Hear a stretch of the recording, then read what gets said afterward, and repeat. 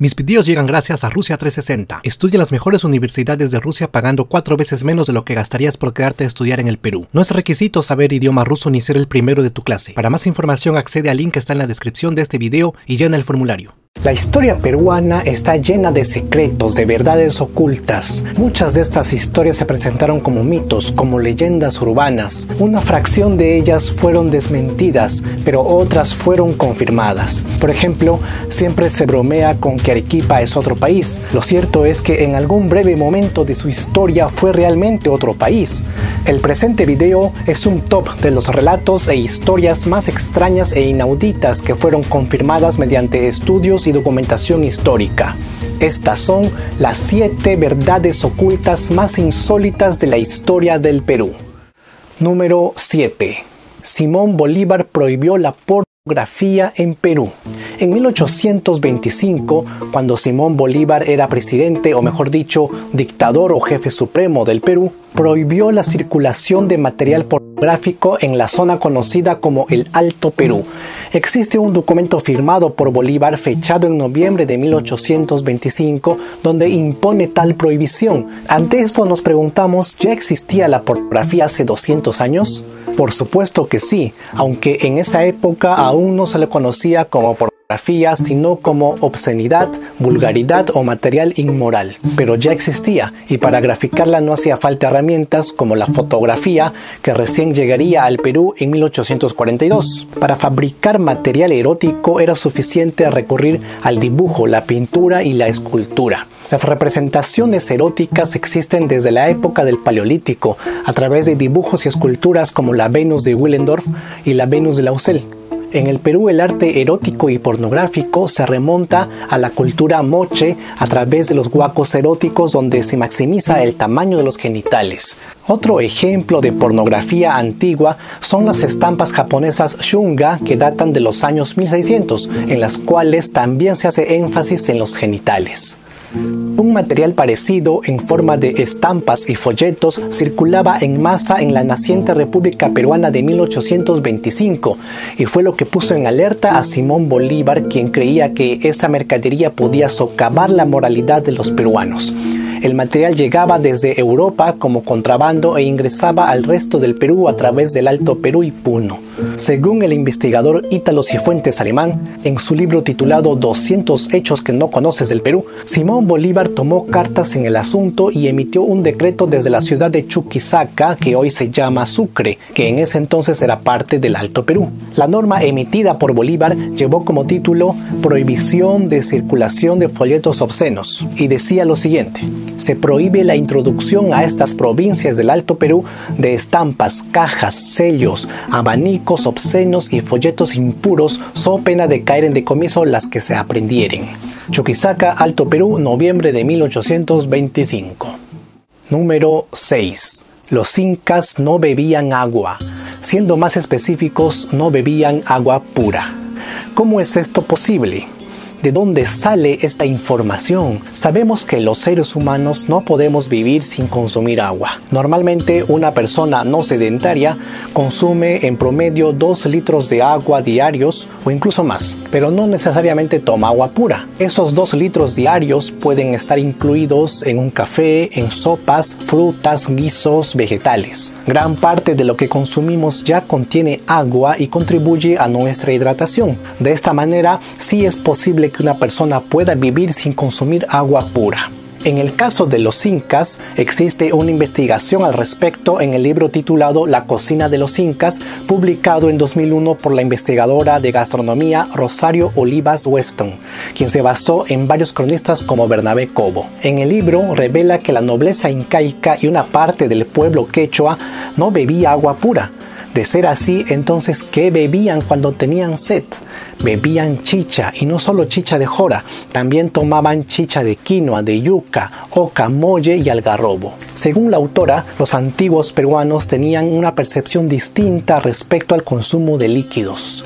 Beber agua pura se asociaba con un castigo, mientras que la chicha ocupaba mayor protagonismo como bebida por excelencia. Entonces, ¿los incas vivían embriagados? No exactamente. Había varios tipos de chichas, unos destinados para la embriaguez y otros con menor grado alcohólico, siendo más suaves y nutritivos. Número 5. Arequipa sí fue otro país. La ciudad de Arequipa y el departamento de Arequipa en general goza de un título ficticio muy singular que suele ser tomado muchas veces a modo de broma: la República Independiente de Arequipa.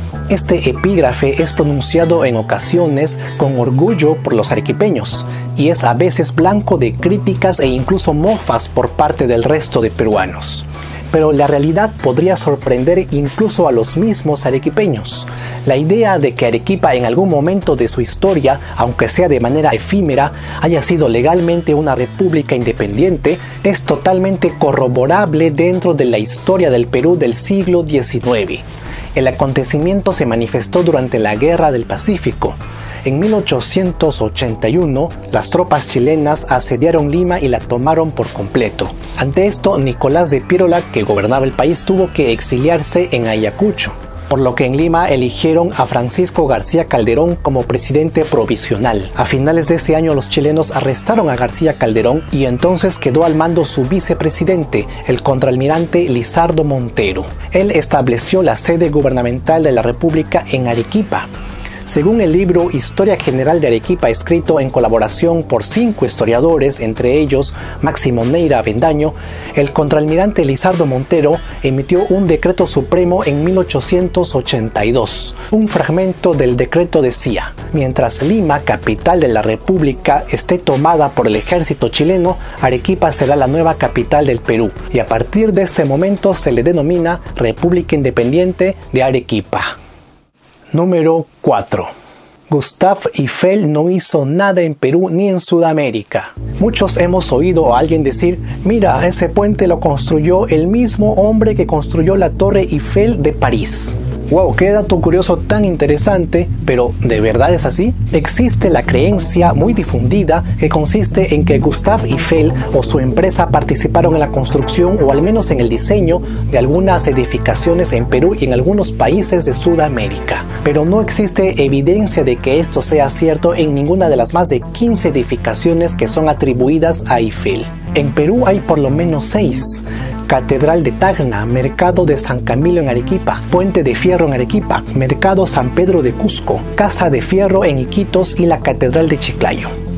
El mito surge a raíz de que Gustave Eiffel dirigía una empresa que diseñaba obras para clientes en todo el mundo. Ante el aparente crecimiento económico del Perú a raíz de la exportación del guano, banqueros franceses recomendaron a Eiffel invertir en obras en Perú. Entonces Eiffel envió a Perú un representante en 1871. Este señor llegó a Tacna, se llegó a un acuerdo, se sentaron las bases para la construcción de la Catedral de Tacna, pero dicho representante murió 2 años después.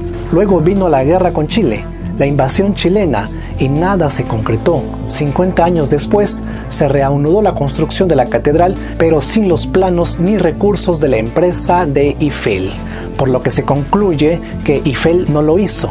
Sin embargo, muchos tacneños aseguran que sí es obra del ingeniero francés. A partir de aquí se creó el mito y se comenzó a atribuir de manera errónea a Eiffel la autoría de varias edificaciones del Perú que tuvieran la estructura de fierro. Todo lo que está hecho de metal en Sudamérica, la gente dice que es obra de Eiffel. Por ejemplo, el Mercado San Camilo de Arequipa. Según la profesora y arquitecta arequipeña Darcy Gutiérrez Pinto, este trabajo corresponde a Henry Meigs, un empresario estadounidense que construyó ferrocarriles en Perú. El mercado se construyó a principios del siglo XX, mucho después de que Eiffel cerrara su empresa de ingeniería. Similar caso es el de Puente de Fierro de Arequipa. Según este artículo del New York Times, el cual se dedica a desmentir el mito de Eiffel en Sudamérica, este puente arequipeño fue construido por la firma Phoenix Iron Company de Filadelfia. Y la prueba definitiva está en sus soportes, donde se ve grabada la firma de la empresa. ¿Y qué pasa con el Mercado San Pedro de Cusco? Según el informe titulado Eiffel en América del Sur, mitos e historias, el cual está enteramente en francés, menciona que el constructor fue el ingeniero Víctor Margante, convocado mediante concurso público por la Municipalidad del Cusco, y que no existe vestigio alguno de la presencia de Eiffel en el diseño de este mercado. El caso de la Casa de Fierro de Iquitos es similar. Según el mismo informe francés, no es de hierro sino de acero, y además su diseño pertenece a la empresa del ingeniero belga Joseph Dangley. El informe también desmiente los casos de la iglesia de Arica y el terminal de buses de La Paz y otras 4 edificaciones en Argentina. A pesar de la evidencia, el mito de Eiffel en Perú persiste y seguirá persistiendo porque muchas fuentes de internet lo mantienen con vida, incluyendo Wikipedia y las guías como ChatGPT. La leyenda persiste como un gran dato curioso que pocos se atreven a cuestionar, porque lo suelen decir personas muy sabidas o muy cultas, incluso profesores lo aseguran como algo irrefutable. Los guías de turismo lo repiten también, dejando a los turistas asombrados. Número 3. Las momias de los incas están en un lugar de Barrios Altos. Existe suficiente evidencia histórica para poder afirmar que las momias de los gobernantes incas se encuentran en la capital del Perú, en la zona de Barrios Altos. ¿Y cómo llegaron a Lima? Cuando los españoles vinieron al Perú, fueron testigos de que la población cusqueña rendía culto religioso a los cuerpos momificados de los incas. Y dado que los españoles pretendían instaurar el cristianismo, estos ritos eran un obstáculo para la evangelización. Entonces decomisaron las momias y las llevaron lejos de Cusco, hacia la capital. El encargado de hacerlo fue el corregidor del Cusco, Juan Polo de Ondegardo, por encargo del virrey Andrés Hurtado de Mendoza. Según la obra Los Comentarios Reales, el mismo Garcilaso accedió a la casa de Polo de Ondegardo en Cusco, donde tenía algunas momias listas para partir a Lima. En Lima, el virrey había construido en Barrios Altos un hospital al que bautizó como Real Hospital de San Andrés y fue el más antiguo de Sudamérica. El cronista José de Acosta afirma en sus crónicas de 1590 que la momia de Pachacútec junto con otras se hallaba en un ambiente de dicho hospital, pero que estaba muy maltratada y en mal estado. Posteriormente se hicieron excavaciones en 3 ocasiones. La última fue realizada en 2005, encabezada por el historiador Donato Amado González. Pero no hubo éxito en ninguna de estas excavaciones. Se encontraron gran cantidad de huesos humanos, pero existe duda de que puedan pertenecer a los incas. Se especula que las momias incas permanecen ocultas dentro de la manzana que ocupaba el antiguo hospital, probablemente en los terrenos vendidos para comercio y vivienda. Número 2. La vituperable violación a la esposa de Manco Inca. A inicios del virreinato del Perú, alrededor del año 1540, una mujer soportó un conjunto de atroces torturas perpetradas por los españoles, vejaciones y ultrajes nunca antes cometidos contra una persona de la realeza incaica. Su nombre era Cura Ocllo, hija de Huayna Cápac. Se sabe que el inca Huayna Cápac tuvo demasiados hijos con distintas mujeres. Tuvo a Huáscar, Atahualpa, Manco Inca, Cura Ocllo y muchos más. Manco Inca se casó con su media hermana Cura Ocllo. Años más tarde, en 1539, cuando Manco Inca estaba refugiado en Vilcabamba, los españoles atacaron el lugar y secuestraron a su esposa Cura Ocllo. Ella fue conducida al Cusco con una soga al cuello. Cuentan las crónicas que durante el viaje, Gonzalo Pizarro, hermano de Francisco Pizarro, la obligaba a tener relaciones sexuales y como ella ofrecía resistencia, la golpeaba salvajemente. Algunos relatos cuentan que la prisionera se cubrió el cuerpo de excrementos para así dar asco y de esta manera evitar que la violaran. Pero de nada sirvió, igual la ultrajaban. Los españoles la tenían prisionera a la espera de la rendición de su esposo Manco Inca y al no haber acuerdo la seguían torturando. Cura Ocllo fue luego entregada a la etnia de los Cañaris, quienes tenían rencor hacia los incas. Las crónicas de Pedro Pizarro relatan que los Cañaris la desnudaron, la golpearon, la violaron y mientras sangraba la maniataron de manos y pies y la colgaron de un poste. Y aún consciente fue salvajemente apaleada en todo el cuerpo con mazos y macanas. Ni el sonido del crujir de los huesos que se rompían eran aviso para detener el aniquilamiento. Ella recibía los golpes en silencio, no le golpeaban en la cabeza porque querían que esté consciente en todo momento. Luego le dispararon flechas, pero Cura Ocllo se mantenía en silencio tratando de reprimir el sufrimiento. Una de las flechas se enterró con firmeza en el centro del pecho y antes de morir alcanzó a gritar: «Sacan su ira con una mujer, dense prisa y acaben conmigo y así podrán satisfacer todos sus deseos». Pocos días más tarde, Manco Inca recibió el cadáver destrozado de su amada y no hay crónica que haya descrito su sufrimiento. En Ollantaytambo se ha erigido una estatua de Cura Ocllo y es el único recuerdo que existe de una de las mujeres más fuertes y estoicas del incanato. Número 1. Miguel Grau fue traficante de esclavos. Miguel Grau, quien es considerado el máximo héroe de la historia peruana, tiene un episodio oculto de su vida que es difícil de creer y sobre todo de contar, ya que despertaría sentimientos de negación entre los peruanos y le restaría el calificativo de caballero. Esto que les voy a contar sucedió mucho tiempo antes de la Guerra del Pacífico, en un contexto en el que el gobierno peruano importaba migrantes chinos y polinesios, los cuales eran explotados en las Islas Guaneras. Según la investigación titulada Slavers in Paradise, que en español significa esclavistas en el paraíso, hubo trata de esclavos por parte del gobierno peruano, el cual se valió de militares y marinos para cumplir su cometido. Los esclavos eran traídos desde la Polinesia.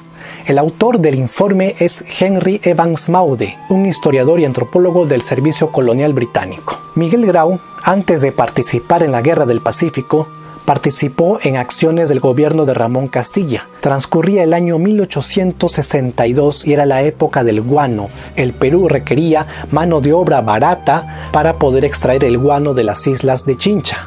Ya antes se habían traído migrantes chinos que se denominaron con el apelativo de culíes.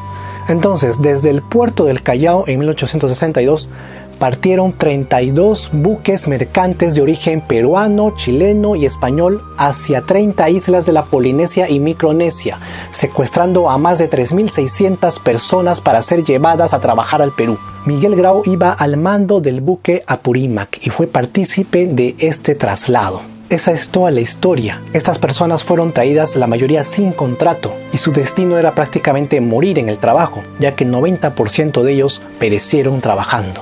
Este relato también aparece en el libro Las misteriosas islas del Perú y aparece también en el libro Mito y realidad de Rapa Nui de Ramón Campbell.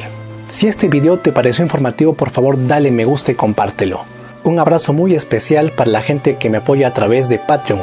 En pantalla están apareciendo sus nombres. Si deseas apoyarme, el link está en la descripción. Mi nombre es Hugo Javier y nos vemos en el próximo video. Hasta pronto. Bueno, para finalizar, no te olvides que puedes estudiar en Rusia con el programa Rusia 360. Estudia pregrado y maestría. No necesitas estar en tercio superior ni saber ruso porque el idioma te lo enseñan allá. Solo necesitas pasaporte y certificado de estudios escolares. Estudiar en Rusia es mucho más barato que estudiar en cualquier universidad barata del Perú. Accede al formulario que dejo en la descripción para que te puedas inscribir.